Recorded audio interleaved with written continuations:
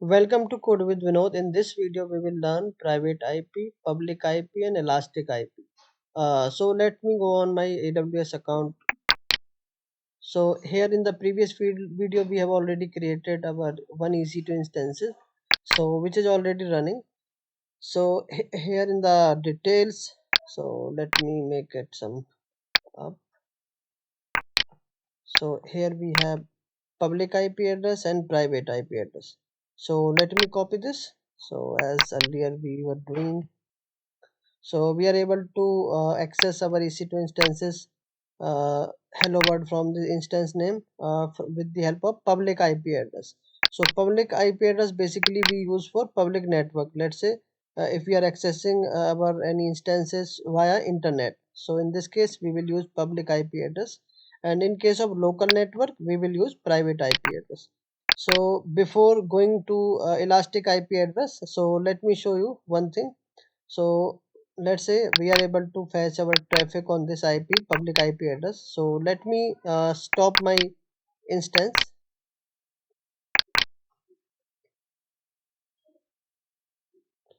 So instance is stopping. So now our instance is in stopped state. So in this case we can see we don't have any public IP address, and we were not able to access the content. But if we again restart or start our instance, so what will happen? It will assign a new IP. So let's check. Once it gets get running again. So let's see. So still it is in pending state. Let's refresh. So every time it will give a new public IP address. So this is the issue. Let's say if our instance is running with any Kubernetes, and it is running as a kind of some container is running on this. So in this case, every time it will give the new public IP address, and it will be the issue. So for this, so it is in again in running state. So let's check. Our public IP address is changed. So now we are able to access our traffic by this IP, new IP address, not on older one. So for this we will create elastic IP address. So it would be kind of a static IP address which will not change. So for this we will create our elastic IP. So from this, inside the network and security, allocate, and here we can already choose network border group, and we will allocate. So our elastic IP is created. So let's associate this IP address with my running instance. So my running instance is this, which is resource type instance, and allow this elastic IP address to associate. So now check on instance. So let me go up.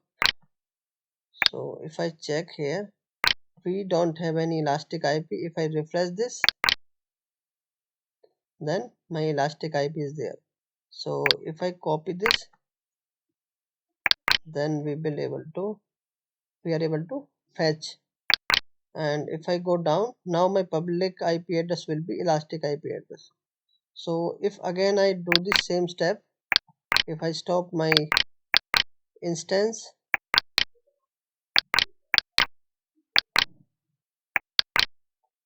and what happened, let's see.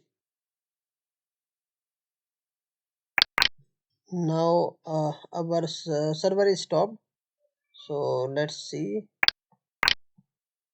So our public IP address is already there because it is elastic IP address. So if I again start,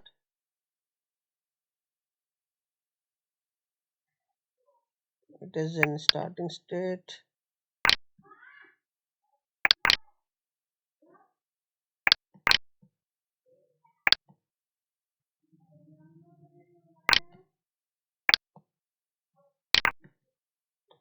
still in pending, so let's wait. So we can see again our server is in running state and our public IP address is same. So if I refresh this, so again we are able to fetch the content. So this is the elastic IP address and public IP address and private IP address. And in the next video tutorial we will learn the security group in AWS. So thanks for watching.